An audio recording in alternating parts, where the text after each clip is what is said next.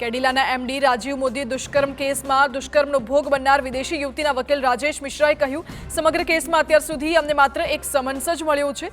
જો કે યુવતીના આરોપને લઈને પોલીસે હજુ સુધી કોઈ પૂછપરછ નથી કરી। જે સમન્સ મળ્યો છે તે વિભાગીય તપાસ માટેનો સમન્સ હતો।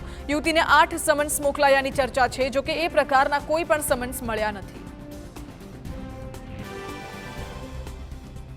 સુરતની સુરત દિવસે ને દિવસે બગડતી જઈ રહી છે। આવું એટલા માટે કહેવું પડી રહ્યું છે કેમ કે સુરત ક્રાઇમ સિટી બનતું જઈ રહ્યું છે। ફરી કતારગામ વિસ્તારમાં એક હચમચાવતી ઘટના સામે આવી। પ્રેમીએ પ્રેમિકાને જીવતી સળગાવી।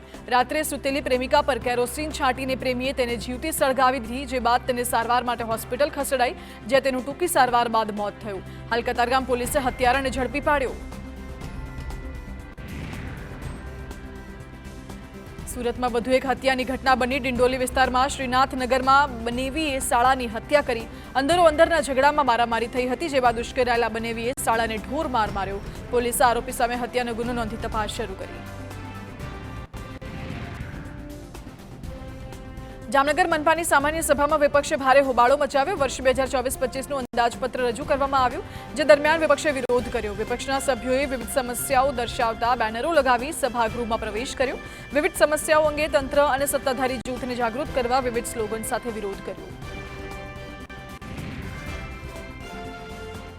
આ તરફ જામનગર મહાનગરપાલિકાની બજેટલક્ષી સભા પહેલા નગરસેવિકા રચના નંદાણીયાની આગેવાનીમાં સ્થાનિકોએ વિરોધ કર્યો। છેલ્લા 7 વર્ષથી વોર્ડ નંબર 4માં પીવાના પાણીની સમસ્યા તંત્ર અને શાસકો સામે સૂત્રોચ્ચાર કરી વિરોધ કર્યો। રચના નંદાણીયાએ તંત્ર સામે આક્ષેપ કરતા કહ્યું, અહીં ટેન્કર મારફતે 8 થી 10 દિવસમાં પાણી વિતરણ થાય છે। એમએલએ બજેટલક્ષી મીટિંગમાં માત્ર નાસ્તો કરવા આવે છે।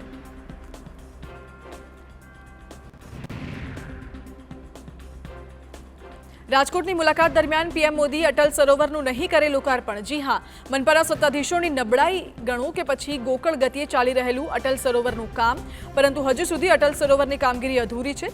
સ્ટેન્ડિંગ કમિટીના ચેરમેનનો દાવો છે કે અટલ સરોવરની ડેડલાઇન 30 જૂન છે, જેથી પીએમ મોદી જે વિકાસ કાર્યોની રાજકોટવાસીઓને ભેટ આપવાના છે તેમાંથી અટલ સરોવરને બાકાત રખાયું છે।